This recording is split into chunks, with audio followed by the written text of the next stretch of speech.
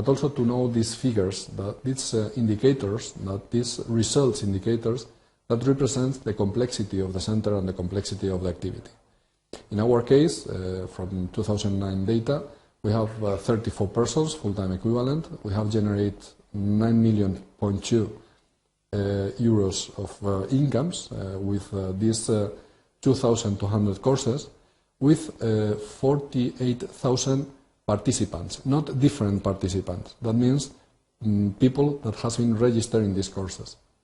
You saw previously a figure of 46,000 different persons.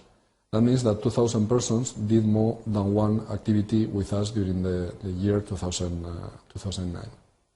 Our experience on total quality management and the use of quality tools began a long time ago, and we have the ISO 9000-2002, and in 2008 we passed the UNI-QM, the European Foundation for Quality Management external evaluation, and we got 410 scored. That means the 400 plus equivalent.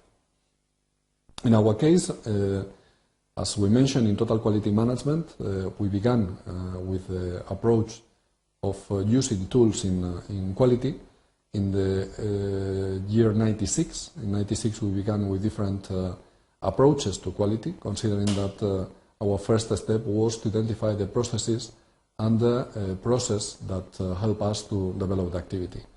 We passed through the process and indicators definition and the management through indicators, and in 2000 we found, or we discovered the model coming from the European Foundation for Quality Management, the so-called, the well-known as the UNI-QM model. UNI-QM has different approaches and different tools inside. We began with a self-evaluation, the portfolio, and during the last 10 years we have developed not only memories but also different tools based on the different projects we got from the European Commission to follow the work under the two models, the UNI-QM for the self-assessment and assessment approach, and the ISO for the process definition. So this is our experience based in at least these three projects you have in the screen. An Alpha 2 collaboration with Latin America was this first project where we developed our first tool for developing self-assessment. We followed the work with a joint consortia between the States and Europe that was called LAETE, and we've ended this part of the work in 2009 with the UNI-QM project. This project allows us to develop different tools that help us to not only develop self-assessment but also help in the jumping from the self-assessment to the external assessment.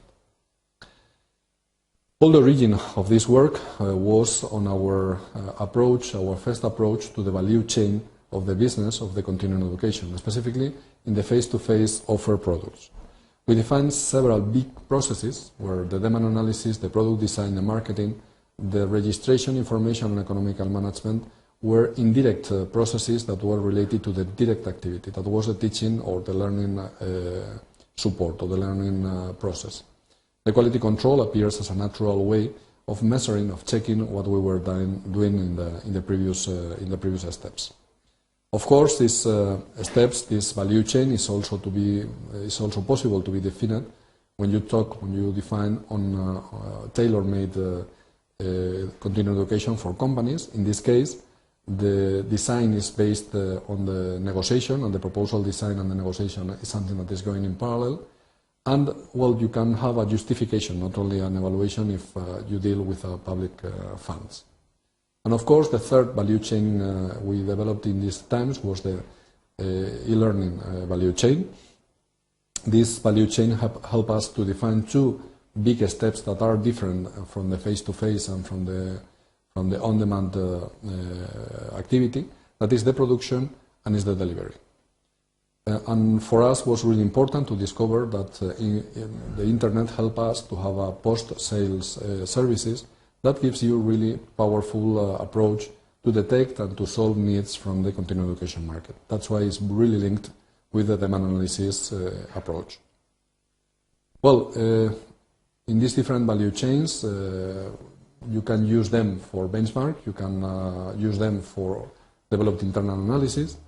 What is really important for us is all these processes help us to define the tools that are able to check and to self-assess the activities you developed under this field.